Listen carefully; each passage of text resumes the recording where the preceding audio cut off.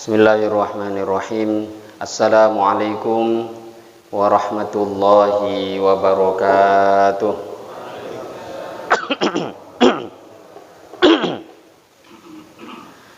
Innal hamdalillah nahmaduhu wa nasta'inuhu wa nastaghfiruhu wa nu'minu bihi wa natawakkalu alayhi wa na'udzu billahi min syururi anfusina wa min sayyiati a'malina. May yahdihillahu fala mudilla lahu wa may yudlilhu fala hadiya lahu. Asyhadu an la ilaha illallah wahdahu la syarikalah wa asyhadu anna sayyidana wa maulana Muhammadan abduhu wa rasuluh. Allahumma salli wa sallim wa barik alaihi wa ala alihi wa ashabihi wattabi'ina lahum bi ihsanin ila yaumiddin, amma ba'du.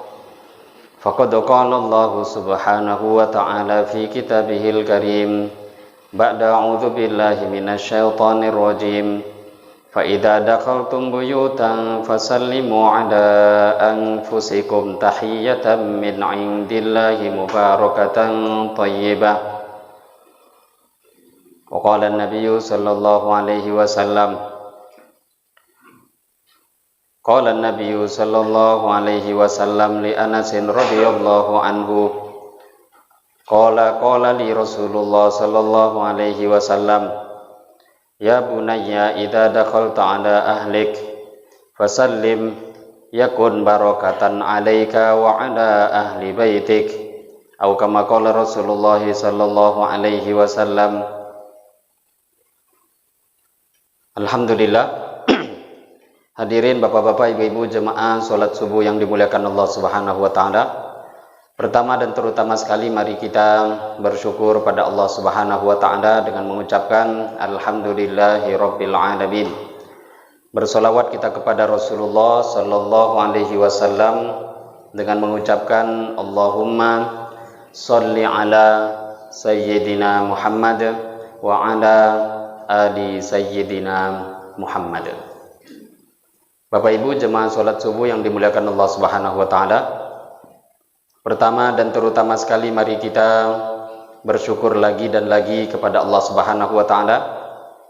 Sampai pagi hari ini Allah Subhanahu wa taala masih memberikan begitu banyak anugerah kepada kita semua. Allah Subhanahu wa taala masih panjangkan umur kita. Allah Subhanahu wa taala juga masih memberikan kesehatan kepada kita, sehingga dengan panjangnya umur, kesehatan yang Allah berikan, sampai saat ini kita masih bisa memperbanyak amal-amal ketaatan kepada Allah, sehingga kita berharap kita bisa banyak membawa bekal kita nanti ke akhiratnya Allah Subhanahu wa ta'ala. Amin ya rabbal alamin. Hadirin Bapak Ibu jemaah salat subuh yang dimuliakan Allah Subhanahu wa ta'ala. Hari berganti hari tanpa terasa terus berjalan. Kita sebentar lagi pun akan meninggalkan daripada bulan Ramadan. Tanpa terasa sudah 24 hari. 24 hari kalau sholat tarawehnya 1 juz, ya 24 juz lah, satu hari, satu malam 1 juz, maka sudah sampai di juz 24. Maka tinggal sisa beberapa hari lagi. Kesempatan kita masih terbuka lebar untuk bagaimana mencari daripada anugerah Allah, diantaranya malam Lailatul Qadar. Maka mari kita sungguh-sungguhkan lagi, kita usaha terus sampai di malam terakhir nanti. Sampai malam terakhir nanti, usaha yang tentu kita usahakan lebih banyak kita berkorban dibandingkan daripada bulan-bulan lainnya, sehingga Ramadan yang sedang kita jalani ini kita bisa membanggakannya nanti kepada Allah di akhirat nanti ketika kita berjumpa dengan Allah Subhanahu wa taala. Hadirin Bapak Ibu jemaah salat subuh yang mulia, kita akan lanjutkan pada pagi hari ini kajian kita membaca kitab Al-Adhkar An-Nawawiyah. Urutan daripada kitab ini kita masih melanjutkan bab tentang babu ma yaqulu idza dakhala baitahu. Beliau di awal muqaddimah sudah menyampaikan bahwa kitab ini mengajarkan tentang amalul yaumi wal lailah, amalan-amalan kita sehari semalam. Memang di sini dinamakan dengan al-azkar, zikir-zikir, amalan-amalan, tapi nanti tentu namanya amalan sehari-hari akan ada nanti juga sholat. Lah sholat itu apa saja amal, nanti beliau pun juga akan bahas. Maka kitab ini walaupun kitab zikir, juga tentu akan ada pembahasan masail-masail nanti di kedepannya yang berkaitan dengan pembahasan di tempat masing-masing. Akan ada pembahasan sholat dan yang berkaitan dengan apapun dari sholat mulai takbir sampai salam. Bahkan sebelum sholat pun adab adzan, adabnya berjalan ke masjid, apa sunnah-sunnah yang diajarkan, itu pun akan kita baca nanti di bab-bab yang akan datang. Pagi hari ini kita lanjutkan tentang bab tentang doa-doa yang dibaca, disunnahkan, amal-amal yang disunnahkan ketika kita masuk ke dalam rumah. Hadis lanjutannya yaitu wa bi sanadinal muttasil ilal Imam An-Nawawi rahimahullahu taala qol nafa'anallahu bihi wa bi ulumihi fid darain. Qala wa rawaina an Abi Umamah Al-Bahili wasmuhu Sudayy bin Ajlan. Wa rawaina, dan kami telah meriwayatkan an Abi Umamah daripada sahabat Abu Umamah Al-Bahili. Wasmuhu, adapun nama sahabat Abu Umamah Sudayy bin Ajlan, nama beliau adalah Sudayy ibnu Ajlan. An Rasulillahi sallallahu alaihi wasallam, beliau meriwayatkan daripada Nabi sallallahu alaihi wasallam.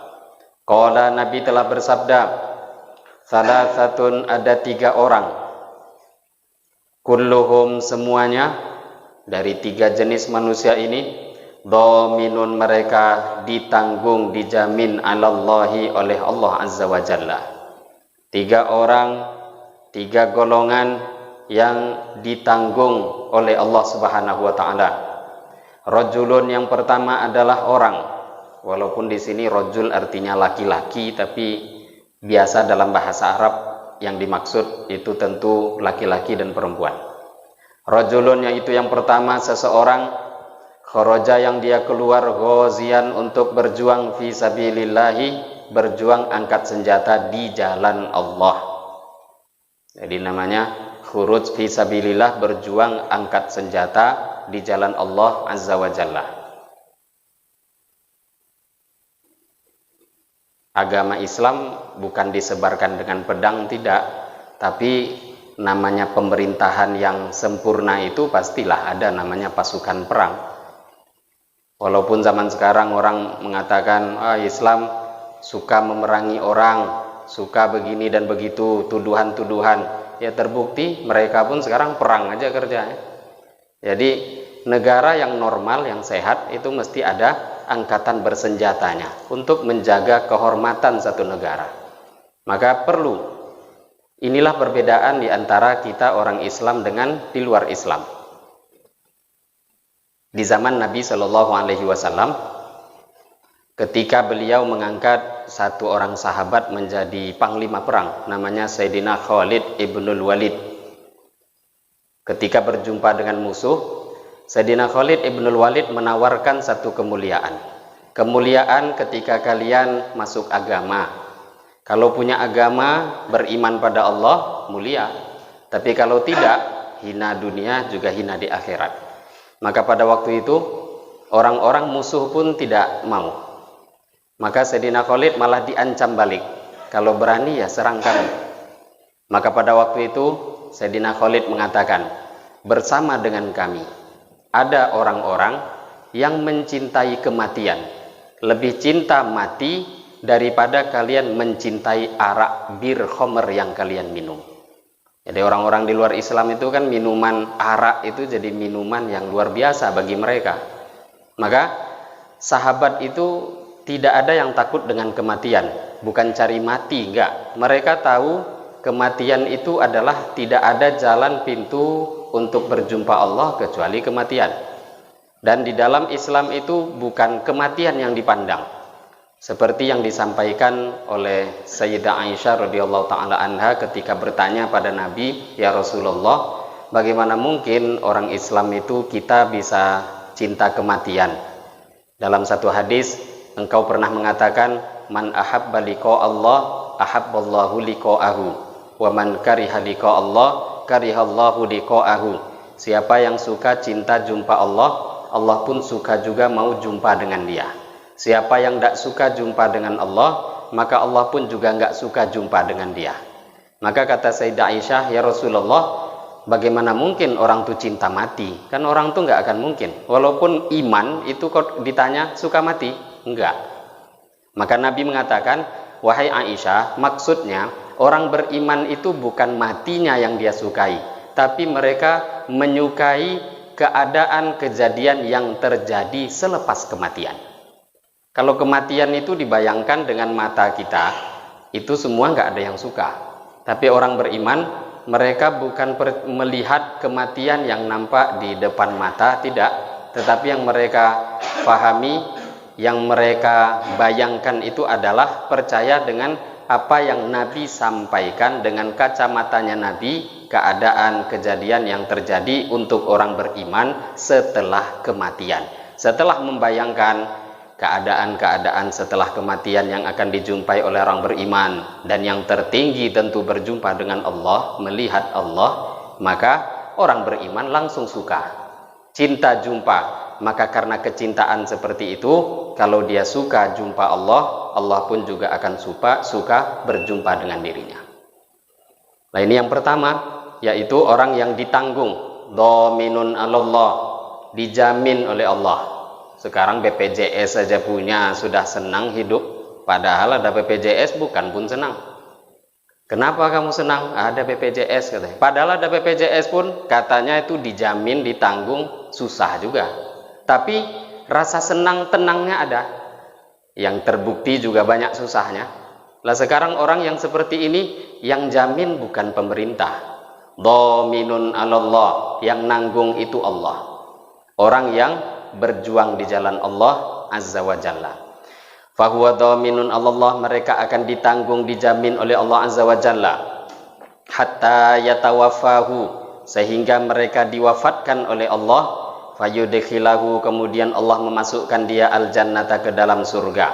Au yaruddahu, atau dia dikembalikan oleh Allah bimana la min ajri wa ghanimatin, dengan apapun pahala yang dia dapatkan, wa ghanimatin, dan ghanimah yang dia dapatkan. Pahala dapat, ghanimah dapat. Dari hadis ini paling tidak juga satu hal yang perlu difahami, bahwa hadzal khabar musarrahun bi'adami dhahabil ajri bihusulil ghanimah. Kalau memang orang itu niatnya berjuang angkat senjata fi sabilillah, kok dapat ghanimah, ghanimah itu sedikit pun tidak menghilangkan pahala. Di sini dua dapat. Bimana la min ajrin wa ghanimah. Di sini wa, bukan au.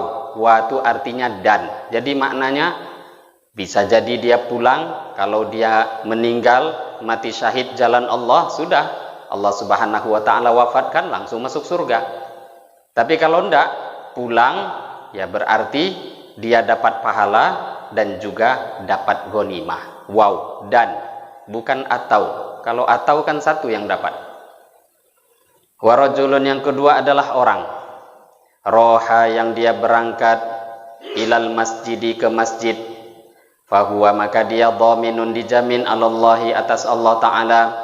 Orang yang berangkat bolak-balik masjid, pergi ke masjid, maka dia ditanggung, dijamin oleh Allah. Hatta yatawaffahullah, sehingga Allah mewafatkan dia. Fayudkhilahu, kemudian Allah masukkan dia al-jannata, ke dalam surga. Au yaruddahu, atau dia dikembalikan oleh Allah bimana lamin ajrin wa ghanimah. Dia pulang dapat pahala, juga bisa dapat ghanimah. Ini bukan perang ya, ghanimah keuntungan dari hal-hal yang berkaitan dengan masjid. Kemudian yang ketiga, warajulun, satu orang, dakhala, yang dia masuk. Yang ketiga yang dijamin ditanggung oleh Allah adalah orang yang masuk baitahu, ke rumahnya, bisalamin, dengan mengucapkan salam. fahuwa maka dia dhaminun ditanggung alallahi oleh Allah Subhanahu wa taala. Haditsun hasan, hadis ini adalah hadis hasan. Rawahu Abu Dawud bi isnadin hasan, Imam Abu Dawud meriwayatkannya dengan sanad yang hasan. Wa rawahu akharun, yang lain pun meriwayatkan. Wa makna dhaminun Allah taala ay sahibu dhiman. Makna dhaminun Allah, dia ditanggung oleh Allah, dijaga oleh Allah Subhanahu wa taala. Kama yuqalu tamir wa labin. Bahasa Arab biasa menggunakan tamir, labin. Tamir orang yang punya korma, labin orang yang memiliki batu bata. Tadi kan dhamin. Ini dalam bentuk sigot isim fa'il. Dhamin. Dhamin itu arti aslinya orang yang menjamin, tapi dalam makna di sini bukan orang yang menjamin. Dia dijamin oleh Allah, mendapat jaminan dari Allah Subhanahu wa taala. Fa ma'nahu annahu fi ri'ayatillahi taala, maka makna hadis ini adalah dia berada di dalam riayah, penjagaannya Allah Subhanahu wa taala. Wa ma ajzala hadhil atiyah, alangkah besarnya pemberian ini. Allahumma rzuqnaha, ya Allah berikanlah kepada kami anugerah yang besar ini. Ini ditulis oleh Al-Imam An-Nawawi dalam kitab ini. Ini diterjemah apakah ada atau tidak? Nggak ada di sini. Ini terjemahan memang terjemahan mukhtasar, ringkasan.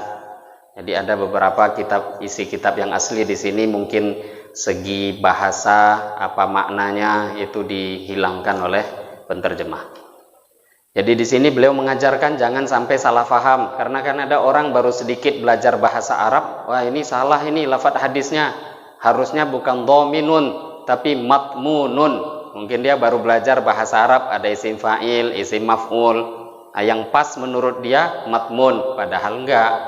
Mungkin itu ilmu dasar yang dia ketahui. Di sini memang dhamin, maknanya orang yang mendapat penjagaan dari Allah Subhanahu wa ta'ala. Tiga hal ini, tiga golongan orang ini semua, salah satu saja kalau ada pada diri seseorang, maka fadilah jaminan-jaminan yang disebutkan tadi semua didapatkan. Orang yang berjuang di jalan Allah, orang yang pergi ke masjid, orang yang masuk rumah mengucapkan salam, ketiga-tiga dari golongan orang-orang ini semuanya mendapatkan jaminan dari Allah Subhanahu wa taala. Fi riayatillah, dijaga Allah. Kalau masuk rumah kita baca salam, dijaga Allah. Kita dijaga, keluarga dijaga, rumah dijaga. Bahkan nanti Bapak Ibu dalam beberapa hadis, luar biasanya agama ini, ada beberapa riwayat amal-amal khusus yang diajarkan oleh Nabi kalau dibaca oleh seseorang, seperti ayat kursi. Baca satu kali, kata Nabi, orang yang baca akan dijaga oleh Allah. Baca ayat kursi 2 kali, dia dijaga, keluarganya dijaga. Baca ayat kursi 3 kali, dia dapat penjagaan, keluarganya juga, tetangganya juga. Coba bayangkan agama. Beruntungnya ketika kita memiliki tetangga-tetangga yang soleh. Jadi tetangga soleh itu penting. Kadang kita kan berpikir, terserahlah, mau soleh, mau enggak. Rupanya orang yang soleh bertetangga dengan orang soleh, tanpa kita sadari, kebaikan keberkahannya pun kita dapatkan. Di satu rumah juga begitu. Kalau kita punya keluarga-keluarga yang soleh, amal agama, mungkin yang mengucapkan salam cuma satu. Gara-gara satu tuh mengucapkan salam, langsung berkah turun di rumah itu. Itu namanya di rumah ada orang soleh, dapat keberkahan orang soleh. Bahkan tadi dalam beberapa riwayat, tetangga pun ada dapat faedah dari kesolehan tetangganya. Ini namanya berkah ya, tapi itu namanya tambahan. Nggak bisa kita berharap habis-habisan, cukup ya dengan ada tetangga soleh, cukuplah saya nggak usah soleh. Nah, itu hanya bonus, tambahan. Tetap apa yang inti amal-amal fardu yang kita punya, itu yang akan membuat kita beruntung dunia sampai nanti di akhirat. Hadirin Bapak Ibu yang mulia, satu orang ulama yang bernama Al-Aquli, beliau menerangkan hadis Nabi ini luar biasa. Beliau mengajarkan pada kita bahwa kehidupan itu isinya hanya dua. Kalau enggak kita sedang hadir, sedang berada di rumah. Kalau enggak ya musafir. Kalau enggak berjalan keluar, entah pergi ada keperluan. Ya kalau tidak hadir, hadir itu sedang berada di rumah, tidak safar. Maka di sini Nabi ngajarkan, kalau kamu ingin keluar, maka fikirkan pertama kali, keluar itu ada kaitan nggak dengan fisabilillah. Nggak harus berjuang angkat senjata, tapi ingin keluar kemanapun, fikirkan kaitan agamanya ada atau tidak. Kemudian yang kedua, ketika kita berada di rumah itu pun juga hanya ada dua hal. Kalau kita ini nggak di dalam rumah, ya keluar rumah. Kalau kita sedang berada di rumah, maka sepantasnya rumah itu hidupkanlah amal di rumah kita. Lah contoh hidupkan amal itu paling tidak dimulai dengan menghidupkan salam ketika masuk rumah. Lah kalau mengucapkan salam saja nggak bisa, terus kira-kira bisa baca Quran dalam rumah? Kalau salam yang ringan saja nggak mampu kira-kira jaga sholat sunnah di rumah. Lah kalau seperti salam yang ringan itu nggak perlu usaha besar, nggak bisa, mampu kita untuk kerjakan amal-amal yang Nabi ajarkan. Seperti Nabi katakan, jangan kalian jadikan rumah kalian seperti kubur. Buat sholat juga di rumah, baca Quran juga di rumah, zikir juga di rumah, itu tentu lebih berat. Maka dimulai dengan Nabi mencontohkan amal paling ringan. Mulai baca salam, maka nanti pintu-pintu amal kebaikan yang lain akan jadi mudah. Jadi kalau kita di rumah, biasanya kalau nggak safar, mesti kalau nggak di rumah, maka akan keluar rumah. Kalaupun keluar rumah, tadi kalau nggak safar, hidupkanlah amal-amal masjid. Kalau di rumah itu hidupkan amal masjid. Maka datang ke masjid akan membuat kita ini dijaga, dijamin, ditanggung kehidupan kita oleh Allah sampai kita kembali ke rumah kita. Lah inilah kehidupan. Lah orang iman itu ini yang harus difikirkan dalam kehidupan. Ada namanya kita keluar, kalaupun keluar fikirkan ada agama atau tidak. Ketika safar jalan-jalan perjalanan jauh. Kalau enggak safar perjalanan jauh di rumah itu dua. Kalaupun kita ini pergi kerja, fikirkan juga ini untuk agama. Kalaupun kita berada di rumah hidupkan agama. Termasuk juga jangan ngurung diri hanya di rumah. Nampakkan, wujudkan, hidupkan agama itu dengan kita ini bolak-balik mondar-mandir ke masjid. Maka dalam satu riwayat Nabi Shallallahu Alaihi Wasallam mengatakan, siapa orang yang kalian lihat biasa bolak-balik mondar-mandirnya itu kok ke masjid, kata Nabi, fashhadu lahu bil iman, saksikanlah bahwa dia adalah orang beriman. Jadi sifat iman itu nggak akan bisa lepas dari masjid. Entah dia ngomong, saya ini lebih khusyuk di rumah, kalau saya ke masjid nanti riya, kalau saya di masjid malah nanti nggak ikhlas. Lah ini kan sudah di awal kitab Al-Imam An-Nawawi sudah mengingatkan ada namanya pembahasan syirik. Syirik itu apa? Beramal karena Allah. Ada juga istilahnya orang itu meninggalkan amal karena makhluk, itulah riya. Kalau beramal karena makhluk, sholat supaya dilihat orang, itu namanya syirik.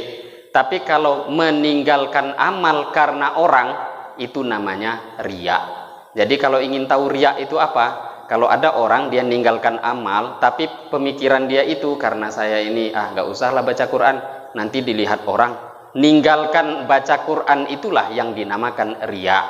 Entah orang lihat, nggak lihat, orang tahu, orang nggak tahu, nggak urusan. Sudah baca karena Allah. Kok kita tinggalkan amal karena orang lain, itulah yang dinamakan dengan riya. Itu yang dikatakan oleh para ulama. Karena ini kan biasa kalimat-kalimat ini Bapak Ibu dipakai oleh orang-orang yang kadang tidak mau ke masjid.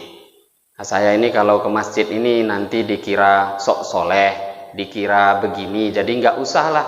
Lah dengan dia mengatakan tidak usah ke masjid, maka berarti dia beramal itu ingin dilihat oleh orang lain. Itulah riya. Dan itu sudah kita bahas di awal kitab ini.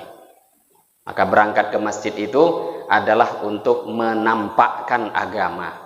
Jadi agama kalau ingin tahu di satu tempat ada syiar atau tidak. Syiar Islam ada, maka terbukti nanti agama itu wujud syiarnya ketika penduduk di satu tempat menghidupkan sholat berjamaah 5 waktu.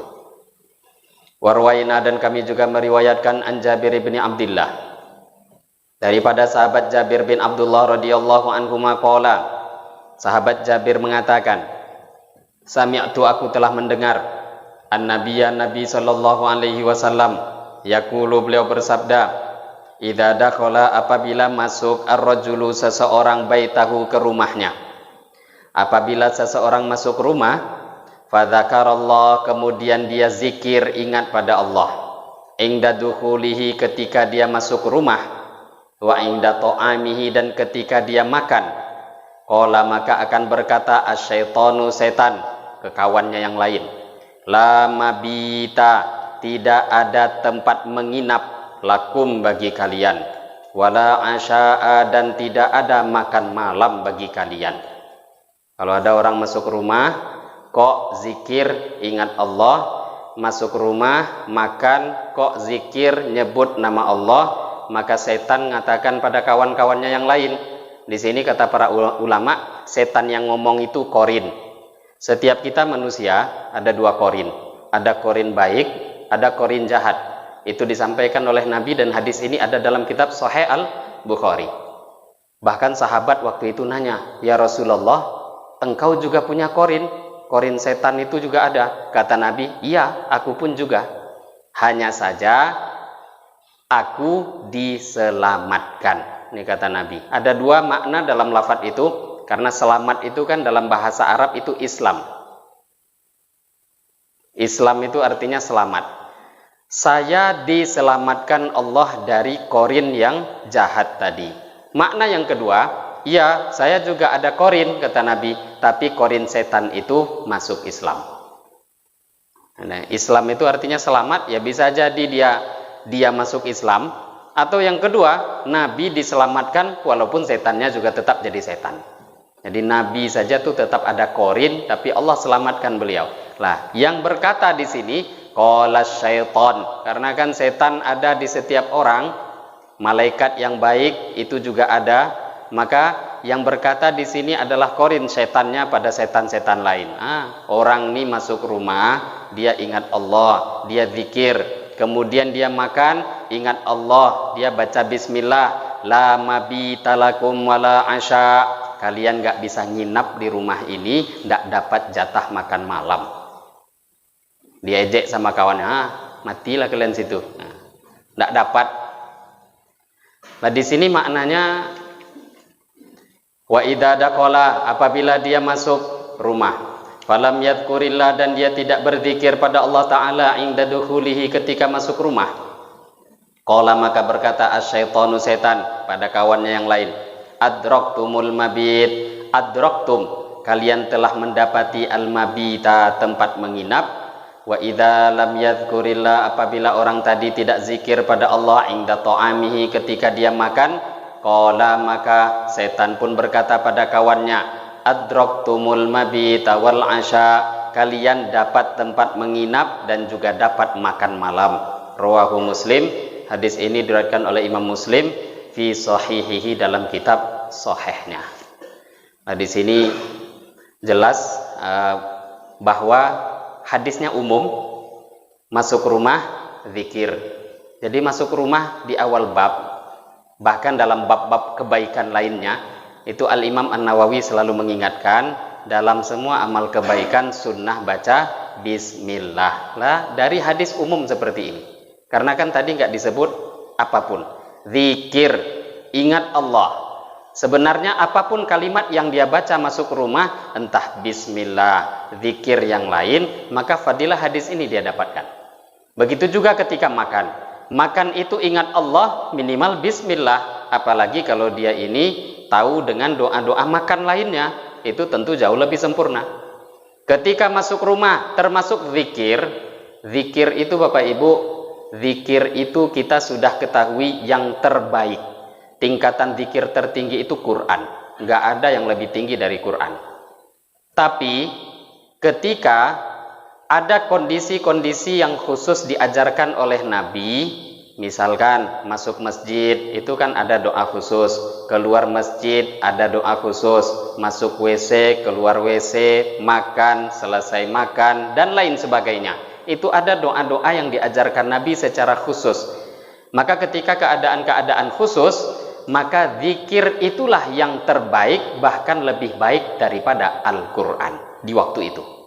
Masuk masjid, ya doa masuk masjid yang paling baik. Itu namanya doa yang masyru', yang disyariatkan. Kalau dia masuk masjid kemudian baca Fatihah bagaimana? Bid'ah kah? Ya boleh aja, tapi itu tidak sunnah. Ada doa masuk masjidnya, tapi nggak bisa dibilang bid'ah. Itu pun zikir. Maka amal yang memang diajarkan Nabi itu tingkatan tertinggi. Tapi ketika di tempat tadi, daerah atau kondisi khusus tidak ada ajaran yang Nabi ajarkan langsung, maka amal yang paling baik dalam zikir secara umum adalah Al-Quran. Maka di sini Nabi mengajarkan bahasanya umum, mengingat Allah. Tapi tentu tadi di antara ingat Allah itu adalah salam. Assalamualaikum warahmatullahi wabarakatuh, masuk rumah. Nah ini lebih baik dari baca Al-Quran. Kenapa? Ini memang doa, ajaran, zikir khusus masuk rumah. Masuk rumah, keluar rumah, jumpa orang, mau pergi dari majelis ninggalkan, salam lagi. Ini zikir, bacaan, doa yang diajarkan oleh Nabi dalam kondisi khusus. Setan itu Bapak Ibu kalau sudah ikut masuk rumah, entahlah, tidak terbayang apa jadinya rumah itu nanti. Kalau sudah ikut masuk ke rumah, maka suasana-suasana rumah itu berubah menjadi suasana-suasana bisikan-bisikan setan. Maka nanti nggak heran rumah-rumah yang memang hanya mereka ini sedikit nampaknya, padahal ini bukan sedikit. Nampaknya meninggalkan hal yang sedikit seperti salam, tapi ternyata meninggalkan salam itu memiliki efek yang berbahaya dalam kehidupan kita. Gara-gara nggak bismillah, nggak salam masuk rumah, setan ikut masuk. Makan, gara-gara nggak baca bismillah, setan ikut makan. Makanannya setan itu ya, kata para ulama diantaranya ya, keberkahannya makanan itu hilang. Dan dari hadis ini juga bisa diambil satu dalil, setan tuh makan, setan juga minum. Setan tuh makan, setan juga minum. Cuma makannya seperti apa, kita nggak tahu. Makannya seperti kita atau nggak tahu. Yang penting dia makan, dia minum. Pakai mulut, entah pakai kaki, entah pakai tangan, kita nggak tahu. Tapi beberapa riwayat lain, Nabi Shallallahu Alaihi Wasallam mengatakan, kalian kalau makan, mengambil barang, memberikan barang, membuat hal-hal yang baik, maka gunakanlah tangan kanan. Karena setan makannya tangan kiri.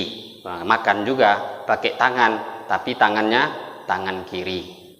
Lah kebiasaan kiri itu bukan kita ini mau nyindir kawan, enggak. Cuma kita penting tahu, setan juga makan, setan juga minum, cuma bedanya makan minumnya tangan kiri. Lah kalau kita ini nggak memperhatikan hal-hal seperti ini kan nggak sadar.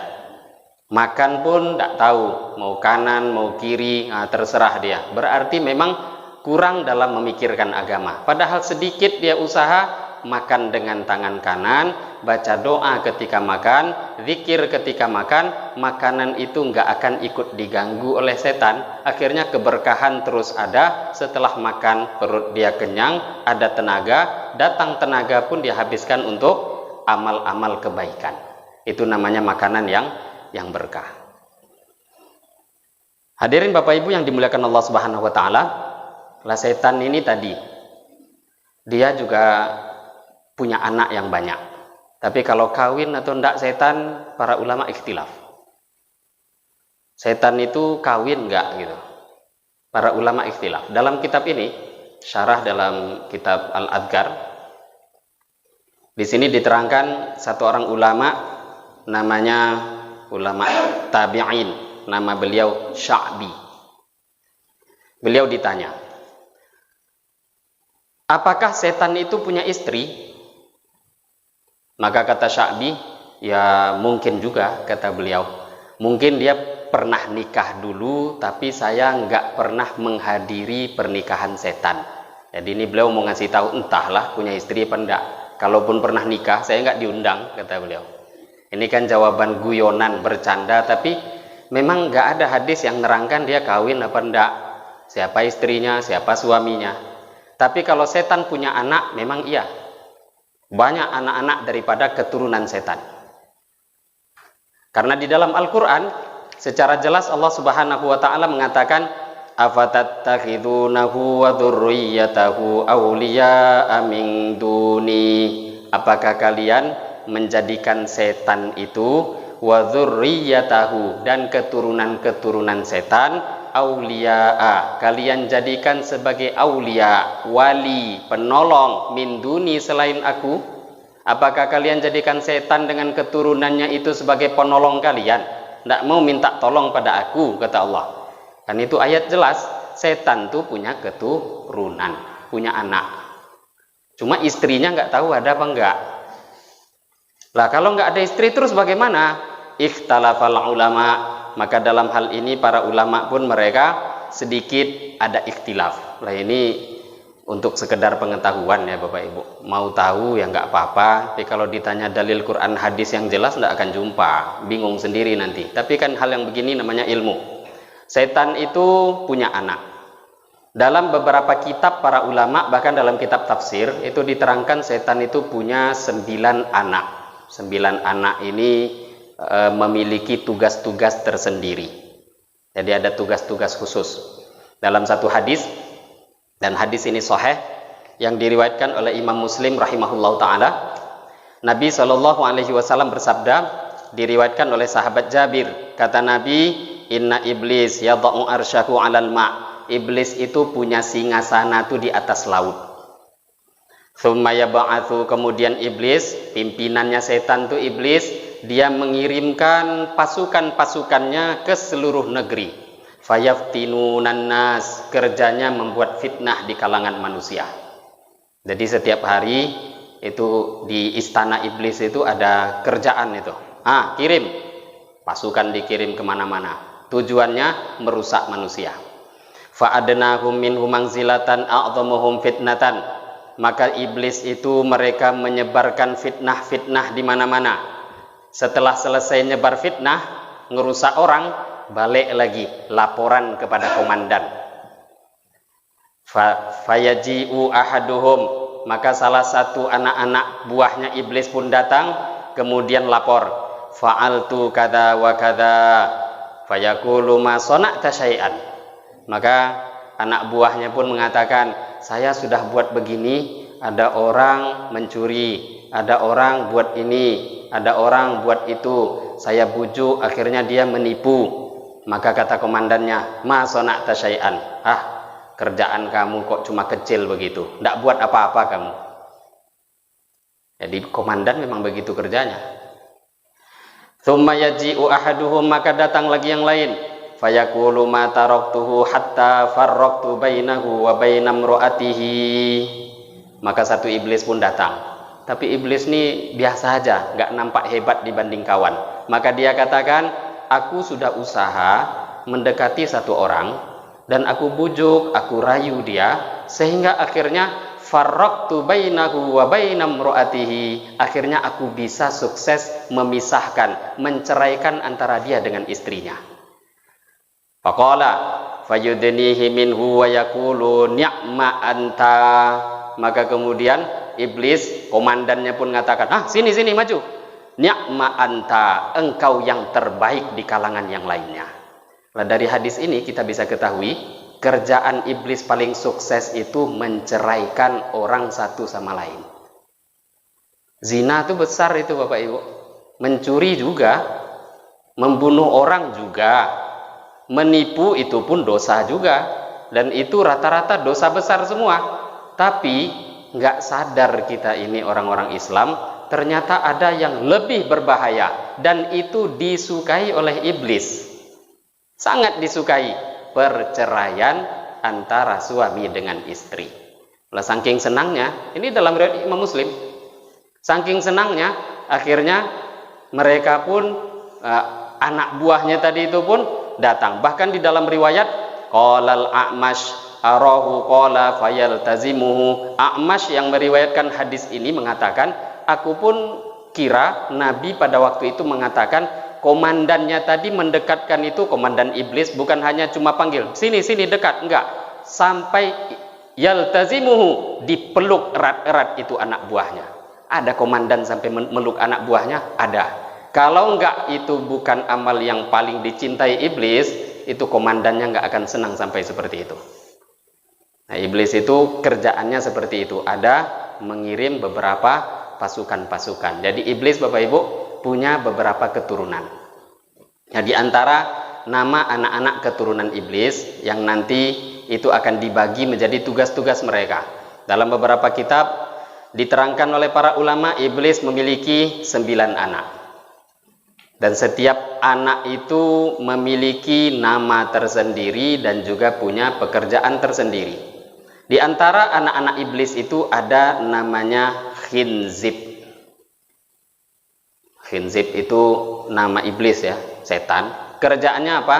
Mengganggu orang sholat. Jadi khusus mengganggu orang sholat.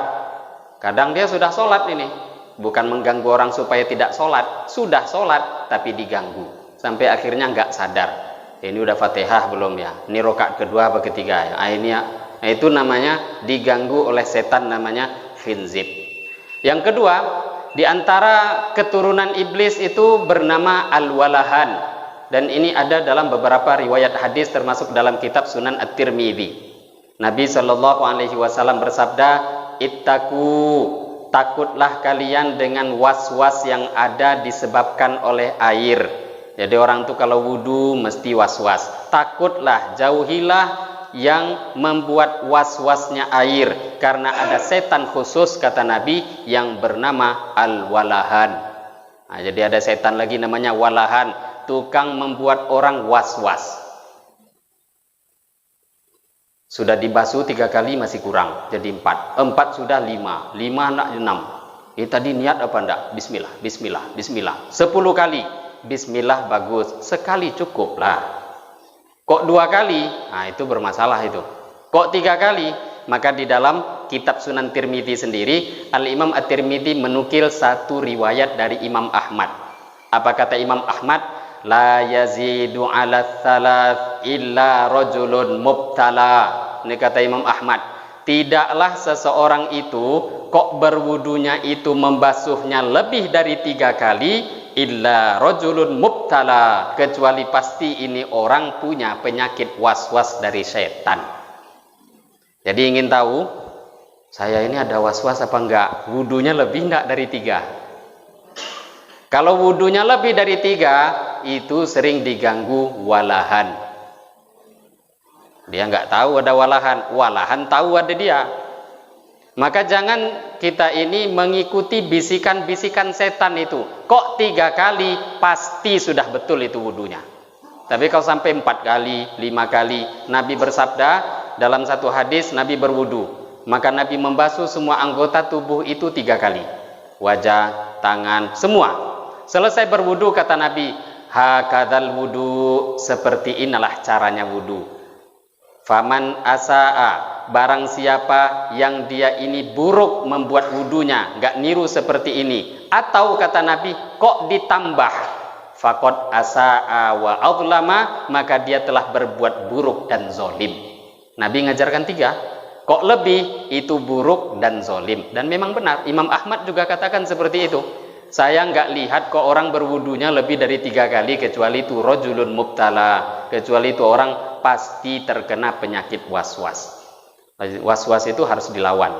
Kalau ada bisikan, sudah basuh 3 kali, kok ada bisikan, belum sah, balas dalam hati, tasarah. Nah, itu nanti hilang itu. Nggak sah wudu kamu, nanti sholat nggak sah, terserah.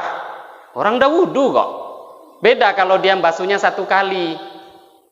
Ini udah sempurna belum ya basuh wajah? Nah, tambahlah 2. Kok 2 kali masih ada perasaan? ini udah sampai belum ya ke tempat yang semua anggota yang diwajibkan? Tambah jadi 3. Tapi kok 3 ada bisikan? Itu setan punya kerja.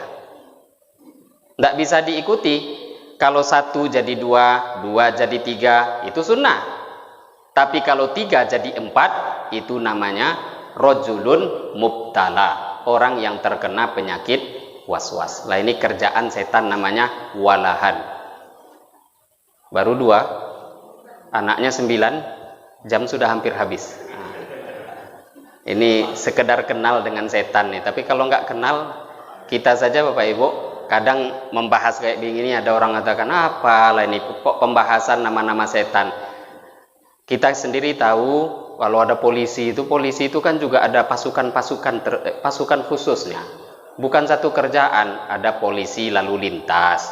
Ya kalau sudah lalu lintas dia juga ada kerja yang lain, tapi fokusnya di lalu lintas. Bukan nanti kalau ada pencuri dia bilang, awak karena lalu lintas, enggak. Dia juga akan ngurus yang lain, tapi fokusnya di dalam kerjaan khusus. Setan juga begitu, pasti ganggu orang, ngarahkan ke neraka semua, cuma ada kerjaan-kerjaan khusus. Kalau enggak ada tatanan kerja lah iblis. Iblis itu hebat pengaturannya. Dia ini sudah merusak manusia mulai dari kakek kita Nabi Adam, itu sudah ditipu dan gak akan melepaskan manusia sampai hari kiamat. Kok kita ngerasa hebat, kakek kita saja kena. Maka kita sedikit mengetahui ini untuk sebagai wawasan. Ada 9 nanti nama yang satu persatu ada disebut oleh para alim ulama. Lah kok anaknya sebanyak itu?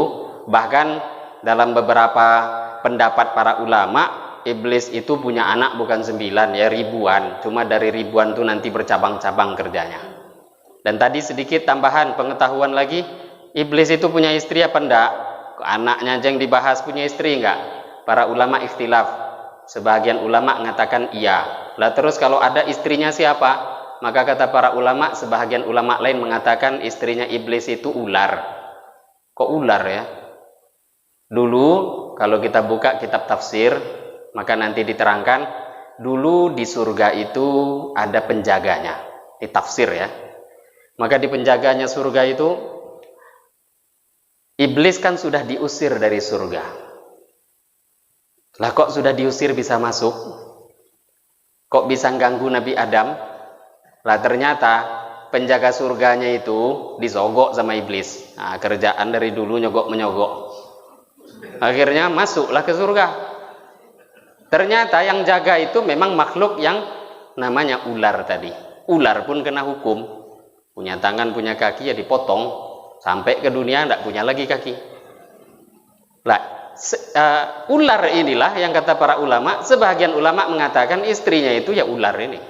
Maka ular itu kok ada meliharaan jadikan kawan baik, ya itu nggak bagus. Ya urusan masing-masing ya, itu peliharaan ya urusan. Cuma namanya binatang yang seperti itu bukan peliharaan yang sangat-sangat dianjurkan, ya tidak. Binatang yang beresiko besar untuk dipelihara. Kemudian ini diantara pendapat para ulama. Sebagian ulama lain mengatakan iblis itu memang nggak punya istri sama sekali. Nah terus kalau nggak punya istri bagaimana kok bisa punya anak?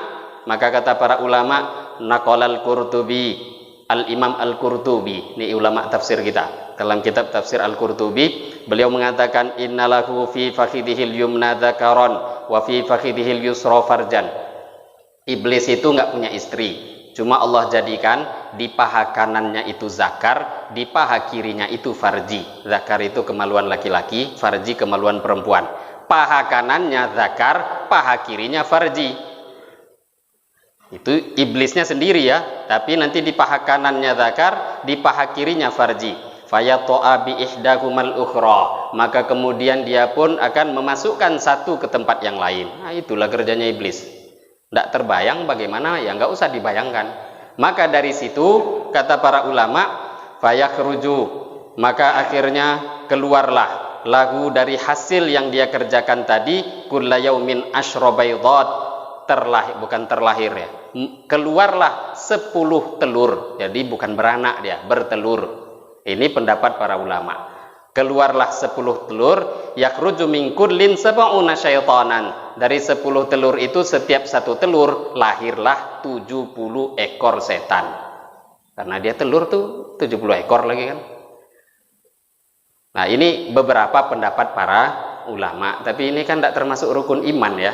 Mau percaya silahkan, enggak ya enggak apa-apa. Tapi ini diterangkan dalam kitab-kitab tafsir yang mu'tabar seperti tafsir Al-Qurtubi dan lain sebagainya. Kalau Imam Sya'bi tadi lebih ringkas jawabannya. Punya istri enggak? Kata Imam Sya'bi, ya mungkin. Masalahnya saya enggak tahu, mungkin dia nikah, saya enggak diundang, kata beliau. Jadi itu pernyataan yang beliau katakan enggak tahu, entah ada atau enggak. Maka di sini hadirin Bapak Ibu, satu pelajaran bagi kita. Iblis usaha dimulai mengganggu kita ketika kita tidak membuat amal-amal zikir dalam kehidupan. Nah, zikir seperti masuk rumah, mengucapkan salam, makan, membaca doa, itu akan menjauhkan iblis dan gangguan-gangguan lainnya.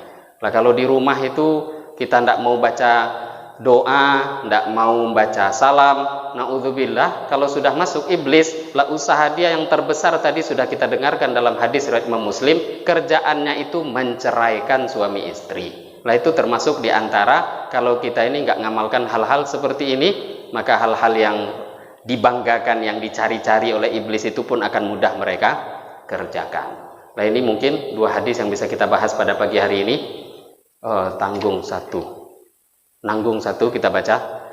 Ruwaina kami meriwayatkan fi kitab Ibnu Sunni an Abdullah bin Amr bin Al-As radhiyallahu anhu maqala kana Rasulullah sallallahu alaihi wasallam, sahabat Amr bin Al-As mengatakan Nabi sallallahu alaihi wasallam idza raja'a minan nahar ila baitihi, ketika beliau pulang ke rumah di siang hari, ini adalah lafaz siang hari, balik ke rumah siang hari, maka Nabi akan membaca Alhamdulillah alladzi kafani wa awani, walhamdulillah alladzi at'amani wa saqani, walhamdulillah alladzi manna alayya, as'aluka an tujirani minan nar.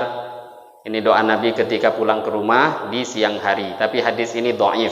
Hanya saja dalam sarahnya Al-Imam Ibnu Hajar Al-Asqalani beliau mengatakan walaupun dhaif tapi ada jalur-jalur syawahid penguat lainnya, paling tidak menunjukkan hadis ini ada dukungan dari riwayat-riwayat lain dan bisa diamalkan. Karena ini juga fadilah amal dan bukan cuma hadis ini. Al-Imam Ibnu Hajar mengatakan ada dukungan dari hadis lain. Lemah, kalau dikumpulkan jadi kuat. Lidi sama lidi digabungkan jadi sapu lidi. Hadis dhaif paling tidak tadi untuk fadilah amal. Doa ini dibaca Nabi. Segala puji bagi Allah, alladzi kafani, yang telah mencukupkan aku, wa awani, dan memberikan tempat tinggal kepada aku. Berapa banyak orang tidak punya tempat tinggal? Walhamdulillah, segala puji bagi Allah, alladzi at'amani wa saqani, yang telah memberikan makan dan minum kepada aku. Alhamdulillah, segala puji bagi Allah, alladzi manna alayya, yang telah memberikan anugerah pada aku. As'aluka, aku minta pada engkau, ang tujironi, untuk engkau melindungi aku, minan narid, daripada neraka.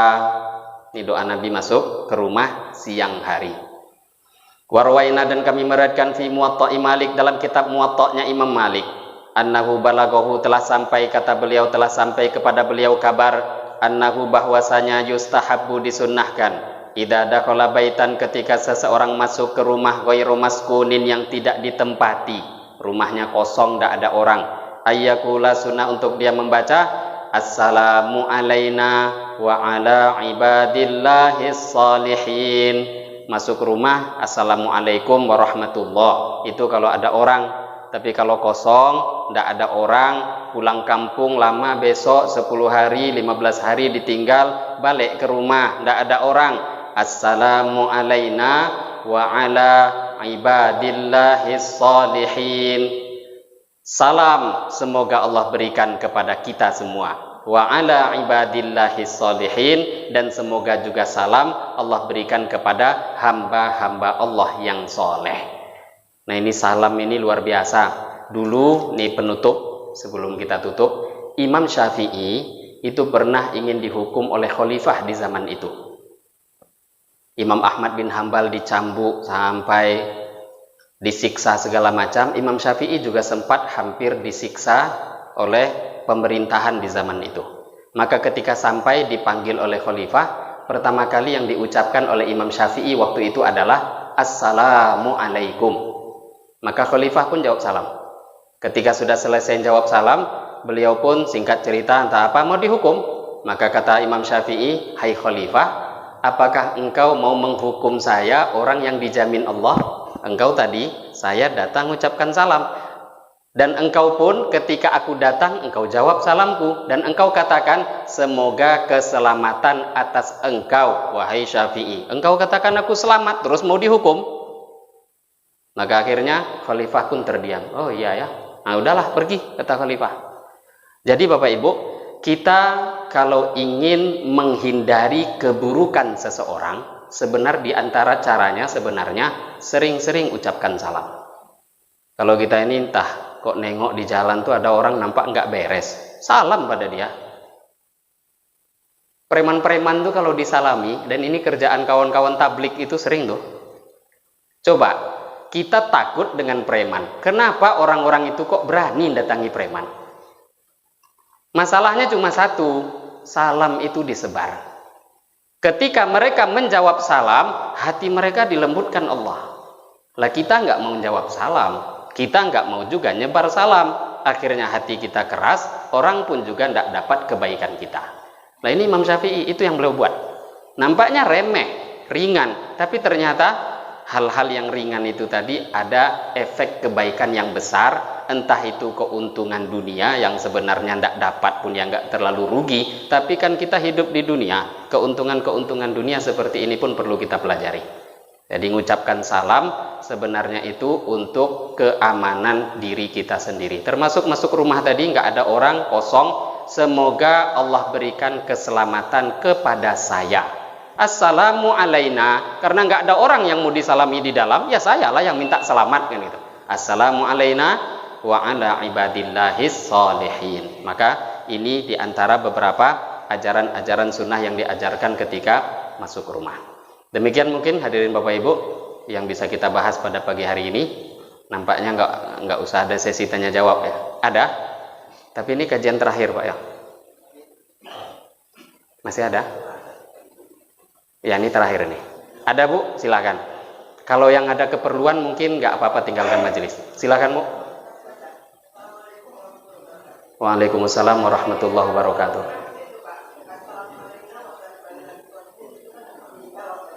Enggak.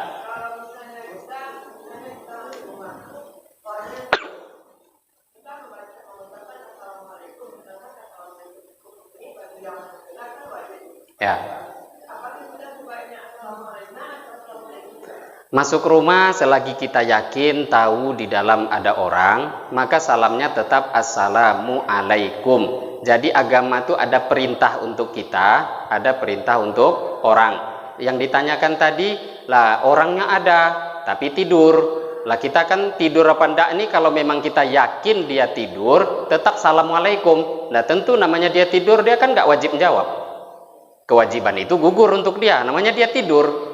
Jangankan tidur untuk jawab salam, orang tidur ketiduran aja kewajiban sholat bisa tertunda kalau ketiduran. Tapi kalau tidur terus setiap azan itu kan bukan ketiduran namanya, memang kerjaannya tidur terus.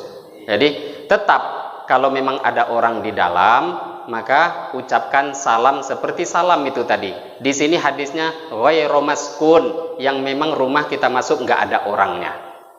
Nggak ada orang. Kadang kan kita masuk, naudzubillah, ada pula pencuri masuk. Itu kan orang juga, tapi kan kita nggak tahu. Tentu yang kita yakini di tempat itu nggak ada orangnya. Termasuk rumah kita sendiri tentu kita tahu. Atau mungkin rumah kontrakan kita kosong, ya kita tahu itu punya kita. Maka masuknya ke rumah tadi membaca doa seperti yang diajarkan dalam riwayat Imam Malik dalam kitab Muwatta. Itu fungsi faedahnya untuk diri kita sendiri. Semoga bisa memberikan jawaban. Ada pertanyaan lain? Ya, terakhir Pak. Terakhir Pak ini. Ya. Ramadan ini terakhir ya. Silakan Pak. Yang pertama tadi berperang atau berjuang di dalam Allah. Ada istilah dakwah itu apa namanya? Urus bisa bikin dakwah. Ya. Dakwah tadi Yang di sini khusus untuk bahasa hadisnya ghaziyan, rajulun ghaziyan. Bahasa di sini khurut memang dilafatkan dengan ghazi. Hadis ini ghazi itu angkat senjata, betul-betul berperang di jalan Allah. Nah, sedangkan yang khurut fisabilillah yang orang-orang buat, sebenarnya khurut fisabilillah itu artinya keluar di jalan Allah. Ini hadis-hadis secara umum banyak tentang hal ini. Bukan cuma angkat senjata. Dalam satu hadis Nabi bersabda, "Man kharaja li talibil ilmi fahuwa fi sabilillah hatta yarji'." Siapa keluar dari rumah tujuan untuk mencari ilmu, maka dia dihitung fi sabilillah sampai kembali ke rumah. Lah, ada fi sabilillah yang umum, semua jalan-jalan kebaikan, ada yang namanya fi sabilillah yang berjuang di jalan Allah secara khusus. Lah, dalam hadis ini tadi jelas disebutkan ghaziyan. Lafadznya memang di sini angkat senjata, ini namanya pasukan. Kalau dalam fadilah dhaminun 'alallah, ini nggak bisa didapat kecuali dalam hadis ini. Kalau ada riwayat lain berarti itu riwayatnya umum, tapi di sini kan lebih khusus. Ghazi memang berjuang di jalan Allah. Apalagi dibatasi dengan ghanimah. Itu jelas-jelas di sini menerangkan tentang orang yang angkat senjata berjuang fi sabilillah. Tapi kalau amal-amal kebaikan lain bisa nggak masuk fi sabilillah? Bisa jadi. Santri yang di pesantren itu belajar termasuk tadi. Jangankan santri di pesantren, bahasa Nabi tadi hadisnya umum. Siapa yang keluar dari rumah mencari ilmu dihitung fi sabilillah sampai kembali. Coba kita pulang berangkat dari rumah, asalkan tadi niatnya cari ilmu, dihitung fi sabilillah sampai lagi balik ke rumah. Lah kalau sudah fi sabilillah itu lain lagi. Satu amalnya nanti fi sabilillah itu dilipat gandakan 70.000. Biasanya hadis umum itu Nabi ngatakan ayat Al-Quran juga satu kebaikan 10. Lah 1 jadi 10 itu paling sedikit, bukan paling banyak, paling sedikit. Nah kalau dalam hadis ini khusus untuk ghazi. Ghazi itu pejuang angkat senjata fisabilillah. Maka nanti dalam bab zakat fitrah ada namanya nanti fisabilillah dan tidak ada lafadznya ghazi. Innamas shadaqatu lil fuqara wal masakin wal amilina 'alaiha wal muallafati qulubuhum wa fir riqab. Nanti ada wa fi sabilillah wa banis sabil. Imam Syafi'i mengatakan fi sabilillah dalam zakat fitrah. Ini Imam Syafi'i. Beliau katakan fi sabilillah tidak bisa kecuali khusus orang yang angkat senjata perang di jalan Allah. Enggak bisa fi sabilillahnya itu tadi garim masjid, enggak bisa di situ santri, enggak bisa dalam hal yang lain. Kalau mau diberi bukan atas dasar nama fisabilillah, mungkin gharim bukan garim ya, orang berhutang atau dia ini miskin atau fakir, atas dasar itu. Tapi kalau atas dasar fisabilillah, Imam Syafi'i mengatakan urusan zakat itu hanya untuk orang yang angkat senjata berjuang di medan pertempuran, tentara. Terus ada tambahannya, tentara itu pun gak digaji oleh negara. Kalau digaji gak dapat zakat. Tentara sekarang dapat semua. Nah terus yang kedua, fisabilillah apa enggak? Itu pula nanti di jalan Allah atau tidak. Nah itu panjang pembahasan. Tapi nanti ini yang saya terangkan fatwa Al-Imam Asy-Syafi'i rahimahullah ta'ala. Kalau dalam hadis ini memang khusus ghazi, angkat senjata. Yang dimaksud dalam fadilah hadis dhaminun 'alallah. Orang ini akan ditanggung oleh Allah Subhanahu wa taala. Nah, semoga bisa memberikan jawaban. Saya kira cukup. Demikian yang bisa kita bahas. Ini kajian terakhir tadi katanya. Saya juga lupa ngecek jadwal. Kalau umur panjang insya Allah bisa kita lanjutkan nanti selepas daripada Ramadan. Saya secara pribadi Bapak Ibu yang mulia mohon maaf yang sebesar-besarnya. Mungkin Ramadan berlalu, selepas itu Hari Raya Idul Fitri tidak bisa jumpa. Mohon maaf yang sebesar-besarnya, karena yang paling banyak bicara ya saya. Orang kalau banyak bicara tuh banyak salah. Kalau sudah banyak salahnya tidak diampuni Allah tuh bisa-bisa masuk neraka.